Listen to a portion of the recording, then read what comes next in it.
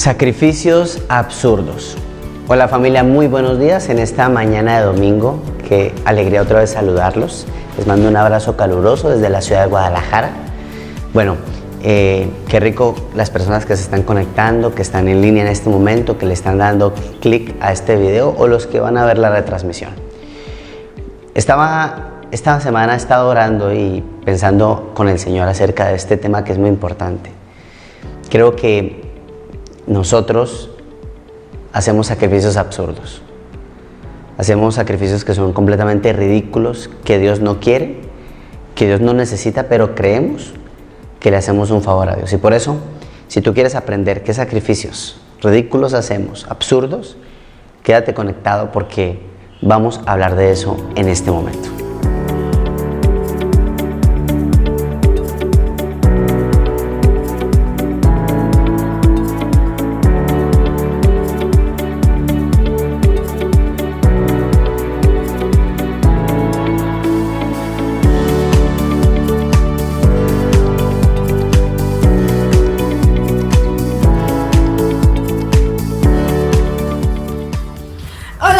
Chicos y chicas, desde este lado de la pantalla te saluda Andrea y yo estoy aquí para hacerte una invitación muy importante para ti que formas parte del ministerio más hermoso y más divertido del CENTI, que es el CENTI Kids.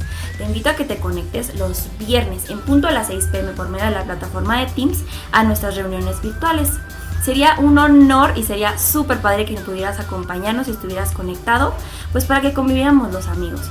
Va a ser un tiempo muy especial, pues sobre todo para acompañarnos, para platicar, para divertirnos y para aprender. Este mes en particular tenemos un tema súper interesante que se llama ganar las batallas espirituales. El Señor nos enseña cómo podemos ganarlas, así que si tú quieres aprender cómo ganar una batalla espiritual, te invito a que te conectes los viernes en punto de las 6 p.m. por medio de la plataforma de Teams. Espero verte ahí conectado. No faltes. ¡Nos vemos!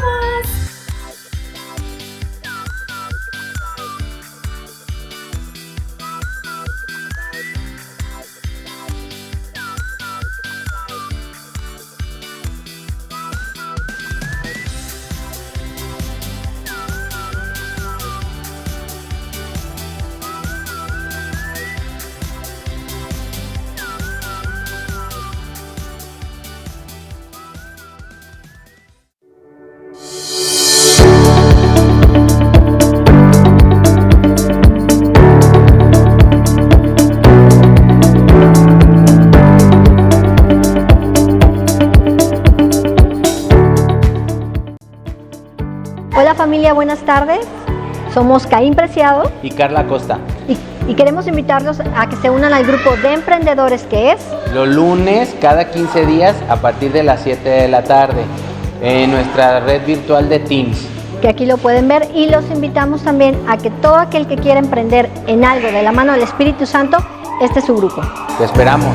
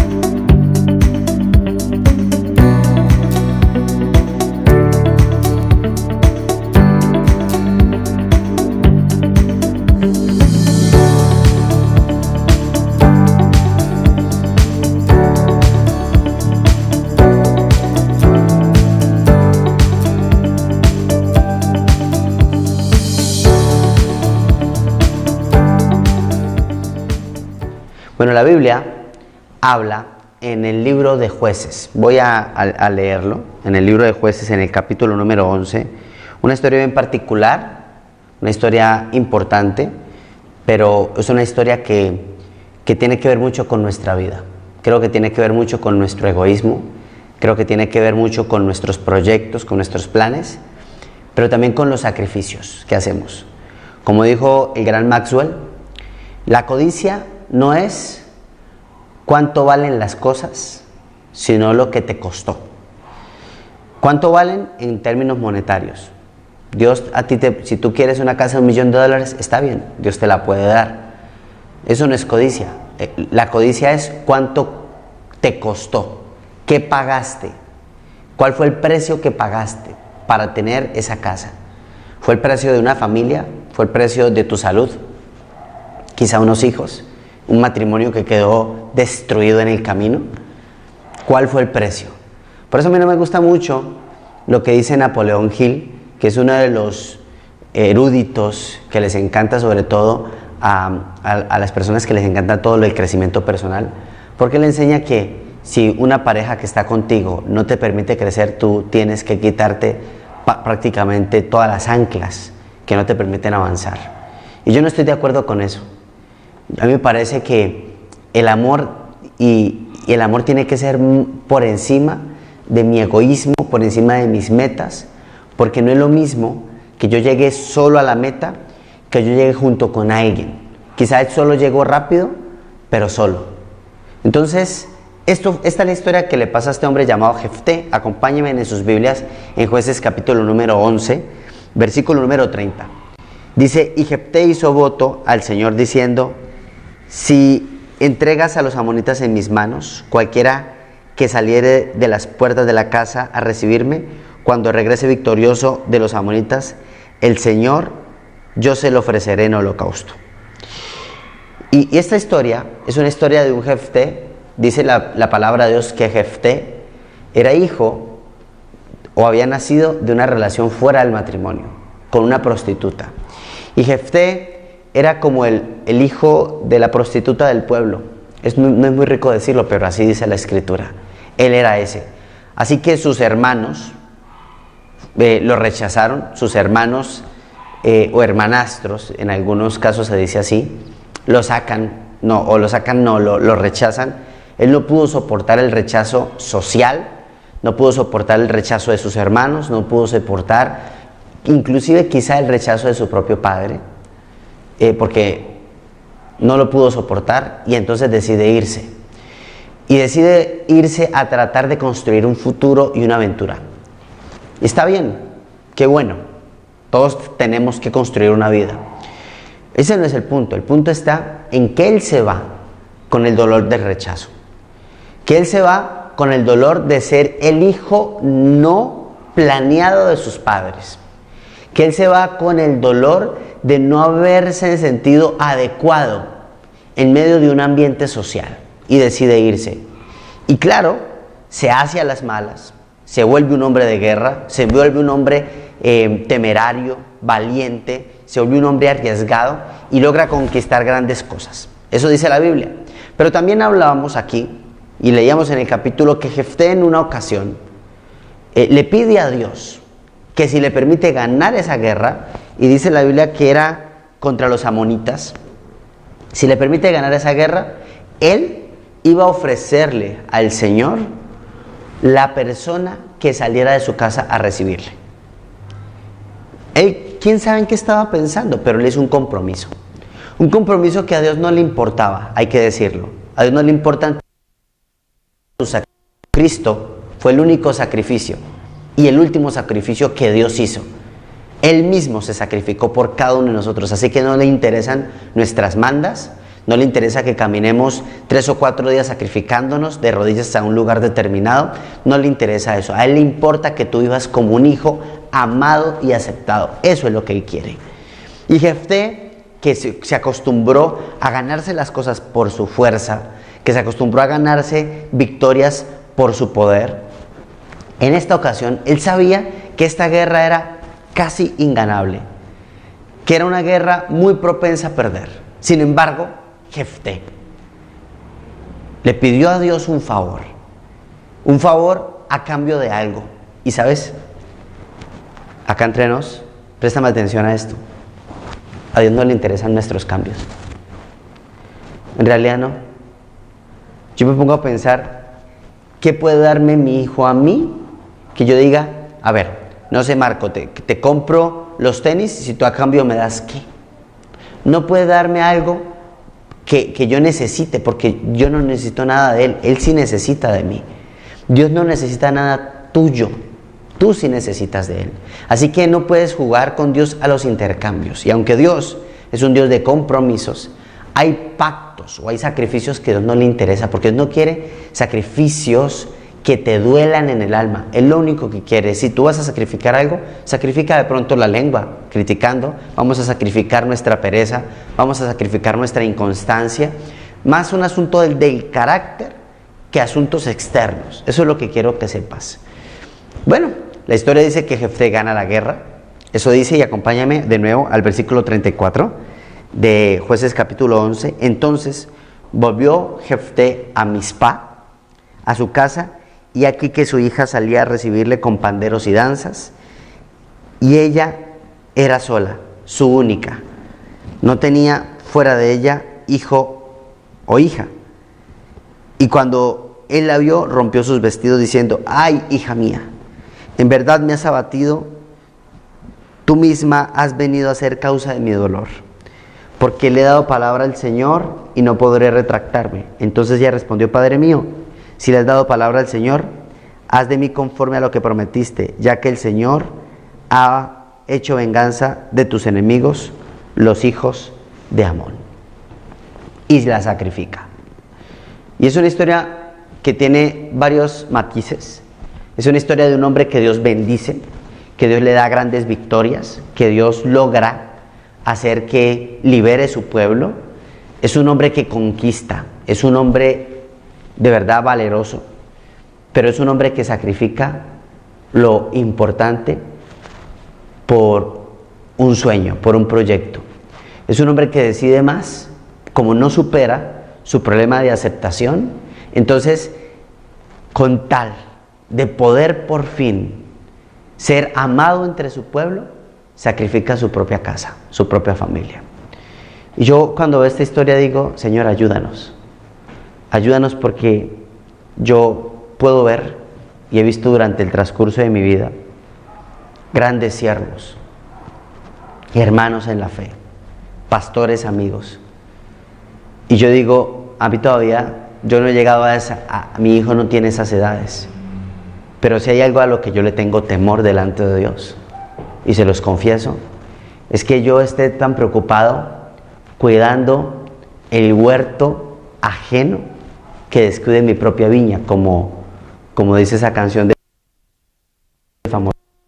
A mí me inquieta mucho el hecho de ver gente que ama al Señor, ama el servicio de Dios, son aguerridos, pastorean, discipulan, son personas que se levantan a hacer un devocional, son personas de verdad tremendas, pero uno voltea a mirar y sus hijos tienen una indiferencia total hacia las cosas de Dios. Y eso tiene que ver, para mí, con uno de los pasajes más tristes de toda la escritura bíblica. Para mí el pasaje más triste de todo lo que yo he leído en la escritura bíblica, el que me produce profundo temor y tristeza a la vez, el que cuando lo leo una y otra vez casi que se me hacen agua a los ojos y quisiera llorar, está escrito en el libro de Jueces. Porque desde el libro de Génesis hasta el libro de Josué, esos primeros 6 libros de las escrituras sagradas, hablan acerca de un Dios teocrático. Y en el libro de Jueces es donde termina el tiempo del Dios teocrático. O sea, del Dios que dirigía a su pueblo hasta ese momento. Y uno se pregunta ¿por qué? ¿Qué sucede en el libro de la Biblia? Miren lo que dice Jueces, ya que estamos estudiando este libro, capítulo 2, versículo número 12. Dice así: y el pueblo había servido a Jehová todo el tiempo de Josué y todo el tiempo de los ancianos que sobrevivieron a Josué, los cuales habían visto todas las grandes obras que él había hecho por Israel. Pero murió Josué, hijo de Nun, siervo del Señor, siendo de 110 años. Y lo sepultaron en su heredad en Tidmat Será, en el monte de Efraín, al norte de los montes de Gaz. Y toda aquella generación también fue reunida con sus padres, y se levantó después de ellos otra generación que no conocía a Jehová ni la obra que él había hecho. Ese pasaje que está escrito en Jueces, capítulo número desde el 7 en adelante, nos habla de un tiempo muy doloroso para mí. Piénsenlo. El pueblo de Israel sale de Egipto. Esta generación fue una generación que nació en el desierto, que nació en la necesidad, que no nació en la abundancia, que nació viendo caer maná del cielo, que nació en esa etapa. Y fue una generación que Dios usó los del desierto para meterse en la tierra prometida. Guerreros, aguerridos, fe, entregados, apasionados por la obra de Dios. Impresionante lo que lograron. Mataron gigantes, cerraron bocas de leones, tumbaron las murallas de Jericó. Ellos pudieron ver cómo se abrió el río Jordán en dos para atravesar en seco. Ellos pudieron destruir a los de Jai. Hicieron grandes victorias y tuvieron grandes éxitos. Algunas derrotas, pero en general fueron maravillosas las cosas que hicieron. Fue toda una generación que nació en el desierto. Y sus hijos nacieron en la estabilidad. Nacieron en la abundancia, llamémoslo así. Nacieron en el momento en el que no tenían que preocuparse si caía maná del cielo o no, porque salían, estiraban su mano y pum, comían del fruto. Y esa generación que nació en la tierra prometida fue una generación que no conoció al Dios de sus padres. Fue una generación que se perdió, y por eso el libro de Jueces es un libro donde es un pueblo que todo el tiempo olvida a Dios, y viene Dios, envía a un juez para que lo rescate. Y el pueblo olvida a Dios, y entonces Dios envía a un Gedeón, envía a un Jefté, envía a una cantidad de personas, a esta mujer, la que acompañaba a Barak, ¿sí? En fin, Débora. Envía a grandes jueces todo el tiempo, pero era un pueblo que continuamente se olvidaba del Señor. Y yo me pregunto por qué. ¿Qué pasó? Y para mí la respuesta es simple, y este mensaje es para nosotros. Hay dos tipos de personas. Dos. Los que sus padres nunca conocieron a Dios. ¿Ok? Un grupo. Y está el otro grupo, que es el grupo de los hijos, que sus padres conocieron a Dios, pero ellos no conocieron al Dios de sus padres. Y es que tiene sentido, porque dice la Biblia así, termina diciendo esto: y se levantó después de ellos otra generación que no conocía al Señor ni la obra que Él había hecho por Israel. A mí me parece triste. A mí me parece triste que yo pueda ver junto conmigo, hay un gran equipo de siervos, que Dios, yo los he visto que los ha sacado del desierto, mi hermano, que han atravesado el mar en rojo en dos, que lo han visto, que han caminado en seco. Personas que aún a pesar de la escasez no se les ha acabado los zapatos, ni se les ha acabado el vestido. Personas que han visto la mano de Dios, matrimonios reconciliados, personas que han visto sacar hijos de las drogas, personas que han visto volver a recuperar asuntos de salud, recuperar casas, cosas, personas que han visto milagros sobrenaturales. Pero yo me pregunto, ¿y tus hijos conocen a su propio Dios o viven de tu fe prestada? Porque es que eso es lo que yo me encuentro hoy. Y yo quiero ponerte una alerta, por favor. ¿Qué tipo de hijos estamos formando para Dios en el futuro? ¿Tú eres de los que convoca oración, si es que lo haces, y tus hijos se sientan en la mesa y bostezan y ojalá que se termine rápido la oración? ¿Qué tipo de hijos tenemos nosotros? Estamos trabajando, conquistando, saliendo del desierto, y nuestros hijos solamente estiran la mano y se comen el fruto, pero no conocen al Dios que les dio el fruto. Yo me pregunto, ¿qué estamos haciendo?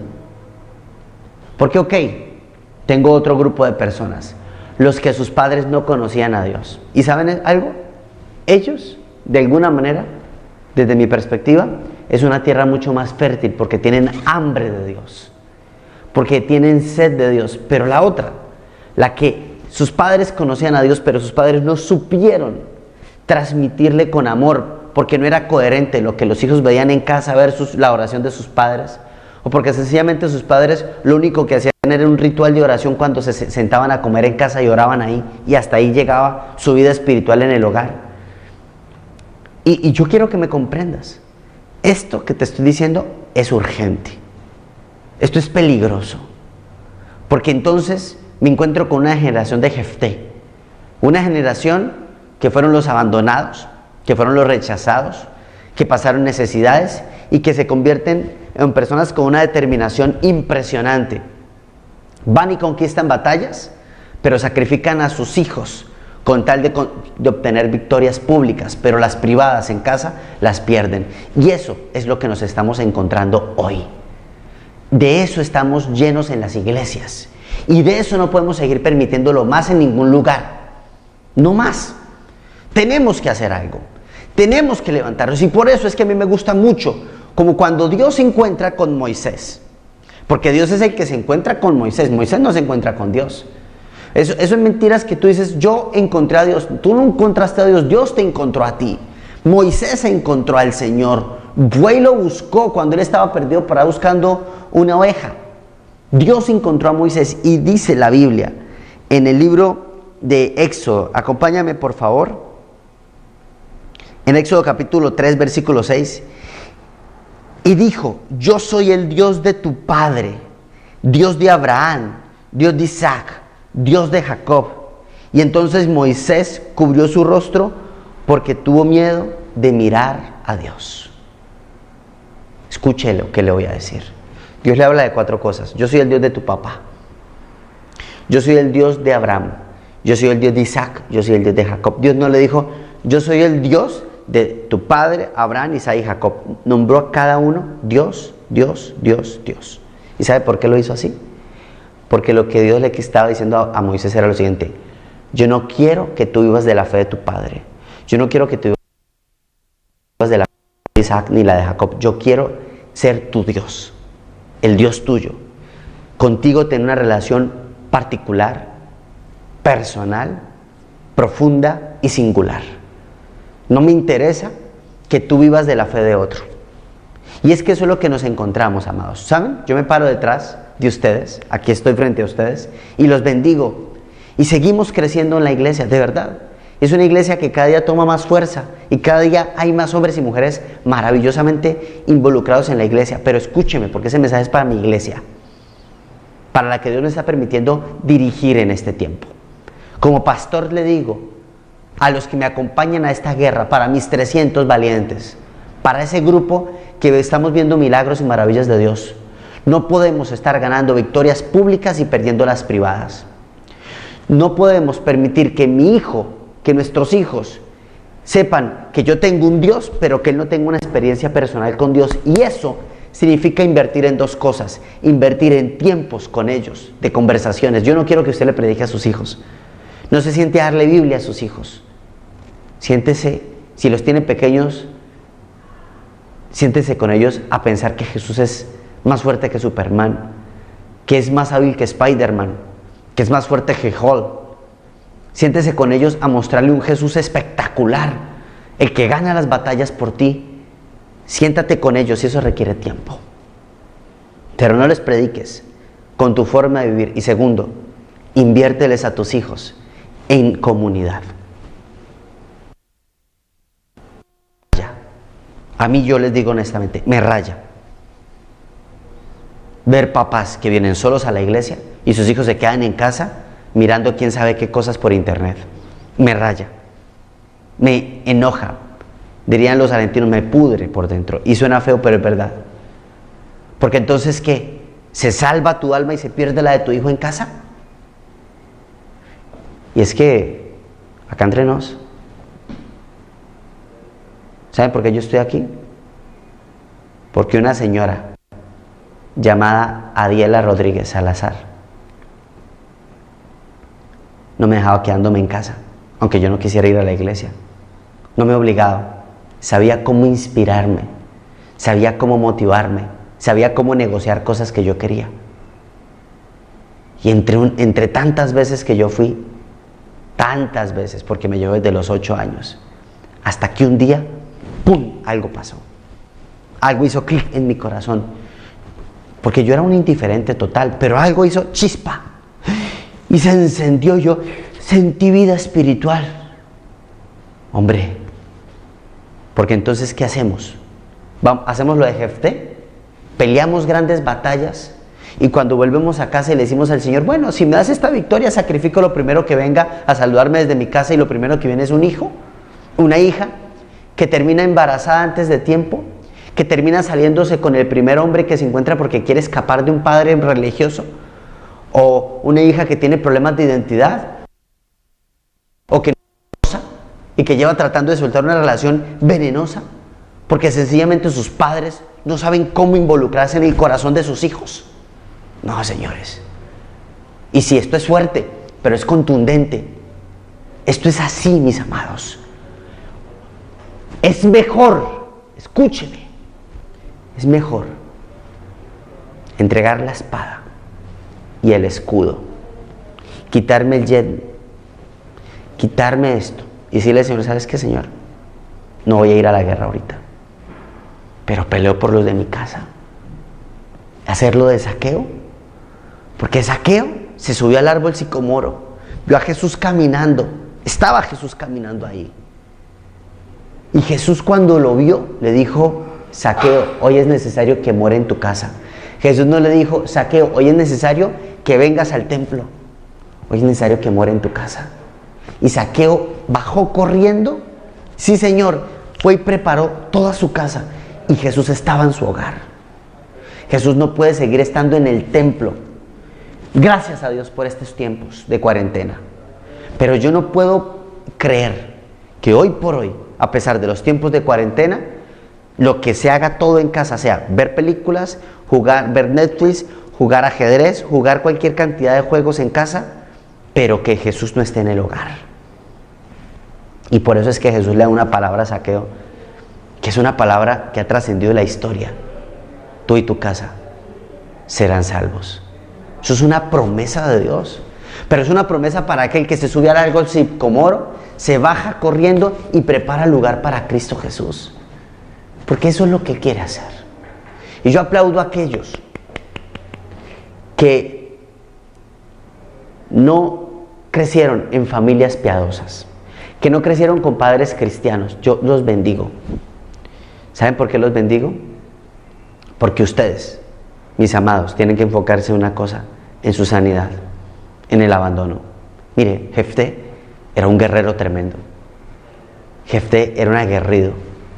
Pero la Biblia dice la Biblia en el libro de Jueces capítulo 11, que sus amigos eran hombres perversos. O sea, Jefté al fin y al cabo siempre se rodeó de ese grupo porque era el único que lo aceptaba.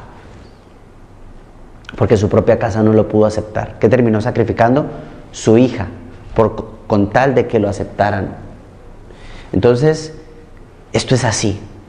O vivimos la instrucción y la orden de Dios dada al pueblo de Israel, que está escrita en Deuteronomio capítulo 6, o sencillamente entramos a la tierra prometida, pero permitimos que los filisteos, y que todos los pueblos enemigos invadan nuestros hijos cuando nosotros no estemos. Porque ¿qué pasa cuando tú te acuestas en la noche y tu hijo se queda con un smartphone en la cama? Yo te pregunto, ¿qué pasa? ¿Qué es lo que pasa con tu hijo con ese famoso TikTok? ¿Qué es lo que hace tu hijo en Instagram? ¿Cuáles son las conversaciones que están teniendo?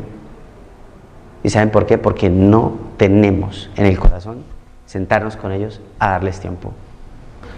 Yo te invito a que me acompañes a la Biblia, por favor, a este libro de Deuteronomio capítulo 6. De verdad, acompáñame. Dice así: cuando el Señor tu Dios, en el versículo 10, Es más, vamos a hacer lo siguiente. Permíteme leerlo. No voy a ponerte el versículo en pantalla. Vamos a leerlo tú y yo. Dice así: cuando el Señor tu Dios te haya introducido en la tierra que juró a tus padres, Abraham, Isaac y Jacob, que te daría, en ciudades grandes y buenas que tú no edificaste. Preste atención. Cisternas que tú no cavaste, viñedos y olivares que no plantaste. Y luego comas y te sacies. Escucha esto. Por favor, cuídate de no olvidarte del Señor, que te sacó de tierra de Egipto, de casa de servidumbre. Al Señor tu Dios temerás y solo a Él servirás. Por su nombre jurarás. No andarás en pos de dioses ajenos, de los dioses de los pueblos que están en sus contornos. Porque Dios es celoso, está en medio de ti, para que no se inflame su furor contra ti y destruya la tierra que te entregó. No tentarás al Señor tu Dios y guardarás. Ahora el versículo 20. Mañana cuando te pregunte tu hijo, diciendo, ¿qué significan los testimonios, los estatutos y los decretos del Señor, nuestro Dios, nos mandó? ¿Qué significa eso? Entonces le dirás a tu hijo, nosotros éramos siervos de Faraón. El Señor nos sacó de tierra de Egipto de mano poderosa. El Señor hizo milagros, señales, grandes y temibles sobre Egipto, sobre Faraón y sobre toda su casa delante de nuestros ojos. Y nos sacó de allá para traernos aquí y darnos la tierra que le juró a nuestros padres. Y nos mandó el Señor que cumplamos todos los estatutos, que temamos a nuestro Señor, para que nos vaya bien todos los días y para que nos conserve la vida hasta hoy. Y tendremos justicia cuando cuidemos de poner por obra todos los mandamientos delante del Señor que Él nos ha mandado hoy. Y el Señor se enfoca mucho en nuestros hijos.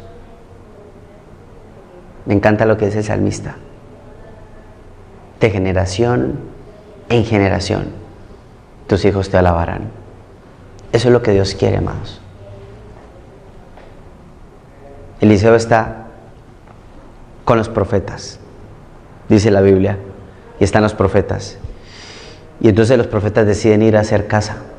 Vayan, dice Eliseo. Y empiezan a cortar la leña, y en una de esas, uno de los profetas, de los hijos de los profetas, hay que aclararlo, de los hijos de los profetas, corta la leña, con la leña, empieza a cortar la leña, un árbol, y pega el hacha, y el hacha cae al río. Así que el hombre se preocupa, llama a Eliseo y le dice, Señor, se me ha caído el hacha al río, y el hacha no era mía. Eliseo lo ve, y dice, ok. Eliseo corta un árbol, una rama, la tira sobre el agua, y dice la Biblia que el hacha flota. Sí, eso lo van a encontrar en el segundo libro de Samuel, ahí está, y el hacha flota. Obviamente que el hombre toma el hacha, se pone contento, y ya, y termina la historia. Pero yo me pregunto, ¿por qué el hacha se cae del río? ¿Por qué? ¿Por qué los hijos de los profetas no tenían su propia hacha? ¿Y por qué el hacha se cayó al río? Y para mí tienen tres respuestas. Primero, ¿no será que le estamos a nosotros dando a nuestros hijos un hacha que es prestada? ¿No será que ellos no han afinado todavía su relación con Dios y están tratando de construir algo que no pueden construir porque no tienen el hacha afilada? Y eso es el punto. Pierden el filo. Porque, mis amados, lo que uno tiene que hacer es sentarse a afilar su hacha. Como la historia de los dos leñadores. Un leñador que llega a las 7 de la mañana y trabaja hasta las 7 de la noche y no se detiene. Y el otro leñador que se detenía cada 2 horas. Se sentaba y se levantaba. Al final del día, el que se sentaba a descansar había cortado mucho más árboles que el que nunca se detuvo. Y le pregunta, el que era más trabajador le dice, pero ¿cómo si yo trabajé más que tú, por qué tienes más árboles cortados? Y el hombre que se sentaba decía, porque es que yo me sentaba a afilar mi hacha. Y de cuando en cuando necesitamos afilar el hacha. Y tenemos que ayudarle a los que están con nosotros a que tengan su propia H, que no vivan de la fe de sus padres, ni del Dios de sus padres, sino que tengan su propia experiencia personal con Dios. Ese es nuestro trabajo. Sobre eso es que nosotros vamos a tener que algún día rendir cuentas. Pero yo les invito a que hagamos lo posible porque nuestros hijos vivan en comunidad cristiana. Invierten en los retiros de jóvenes, invierten en los retiros de niños, inviértele tiempo para que venga a los eventos que se hacen. Por favor, necesitamos que nuestros hijos crezcan en comunidad, porque lo que no consiguen aquí, el mundo se los va a dar, pero créame que no es agradable, créame que no sirve, créame que no es por ahí. Entonces, y Eliseo tira la rama al río y el hacha flota. ¿Saben por qué? Porque el mensaje es este: yo soy la vid, dice Jesús en Juan 15. Ustedes son las ramas. Separados de mí, nada pueden hacer. Así que Eliseo entiende que Jesucristo es la vid y tira la vid al río. Y la vid hace que flote el hacha.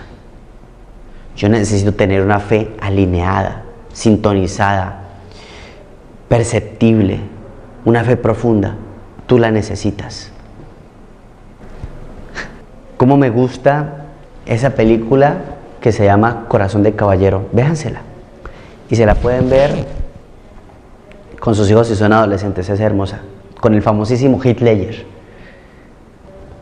Sí, con el que hizo el de Guasón en la película de Batman, El Caballero de la Noche. Es una película fascinante, esa de Corazón de Caballero. Heath Ledger es el hijo de un campesino. Un campesino, y su papá era techador. O sea, lo que hacía era reparar techos. Era un techador. Así que Heath Ledger, siendo niño, o William, como se llama en la película, ve que vienen unos caballeros. Todo el pueblo está asombrado porque los caballeros son hombres valerosos, hombres que se ganaron ese título por alguna hazaña extraordinaria. Esa película me encanta porque está el niño y su papá es un campesino, un techador. Y el niño le dice a papá: papá, cuando yo sea grande, voy a ser un caballero. Y el papá le dice: cuando tú seas grande, tú puedes ser lo que quieras ser. Entonces hay un hombre que está en la guillotina y mira y se ríe de una forma burlesca al niño y le dice: el hijo de un techador, el hijo de un techador caballero, no es más fácil cambiar las estrellas. Y el niño mira al papá con tristeza y le dice: papá, ¿se pueden cambiar las estrellas? Hijo, tú puedes cambiar lo que tú quieras. Yo quiero terminar con ese ejemplo de esa película que me parece tan bonita. Porque Jefté trató de cambiar su cielo, pero no cambió la estrella. Jefté sacrificó su familia, sacrificó a su hija por tratar de cambiar las estrellas. Dios no quiere tus sacrificios. Dios te quiere a ti. Dios quiere que tú puedas transmitirle a tus hijos y a los hijos de tus hijos en el camino, cuando estés en la mesa, en todas partes, que hay un Dios que te sacó de tierra de Egipto y que nuestra generación no sea una generación que no conozca al Dios de sus padres. Que tengamos hijos que crecen y parecen que nunca hubiesen nacido en la fe. Eso no nos puede pasar. Eso no nos puede pasar. Eso no nos puede pasar. Así que damos tiempo e invertimos en nuestros hijos. Y tú, que no tuviste papás piadosos y que estás empezando a conocer a Dios, yo aplaudo tu vida. Pero ten cuidado de caer en el síndrome de Jefté, en el síndrome del hombre que trata de agradar a Dios y sacrifica todo por agradar a Dios. Y un día yo entendí que amo el ministerio, pero el ministerio no es más importante que mi familia. Y un día yo entendí que yo amo la obra de Dios, pero la primera obra es mi familia. y el primer ministerio es mi casa, y mi primer discípulo es mi esposa y es mi hijo. Y un día yo entendí que eso es primero. Y si a veces tengo que decirle a un discípulo, sabes que te llamo luego porque mi hijo está triste, está así, eso se vale, porque primero lo primero. Pero podemos cambiar la estrella, podemos volver a afilar el hacha, podemos volver a empezar. Vamos a orar. Papá, eres extraordinario, eres tremendamente poderoso, Señor, y te amamos. Amamos tu hermosa presencia, mi Dios. Amamos el hecho de que tú quieres decirnos cómo guiar a nuestros hijos. Yo no quiero que un día mi hijo diga, el Dios de mi padre. Yo quiero que un día mis hijos, dígale a Dios que mis hijos digan, el Dios mío, mi Dios. Mi papá tuvo una experiencia con Dios única, pero yo tengo la mía, y Dios es mío también, porque yo soy el Dios de Abraham, yo soy el Dios de Isaac, yo soy el Dios de Jacob, yo soy tu Dios. Sé que no quiero que vivas de la fe de otros, quiero que tengas tu propia experiencia. Yo levanto mi corazón al cielo, pido perdón por si en algún momento he descuidado la primera obra que me diste por tu obra, mi primer ministerio por el ministerio. Si he descuidado los míos por pulir la armadura, por darle brillo, por tratar de ser caballero, pero por dentro sigo siendo un plebeyo que tengo vergüenza de mis orígenes.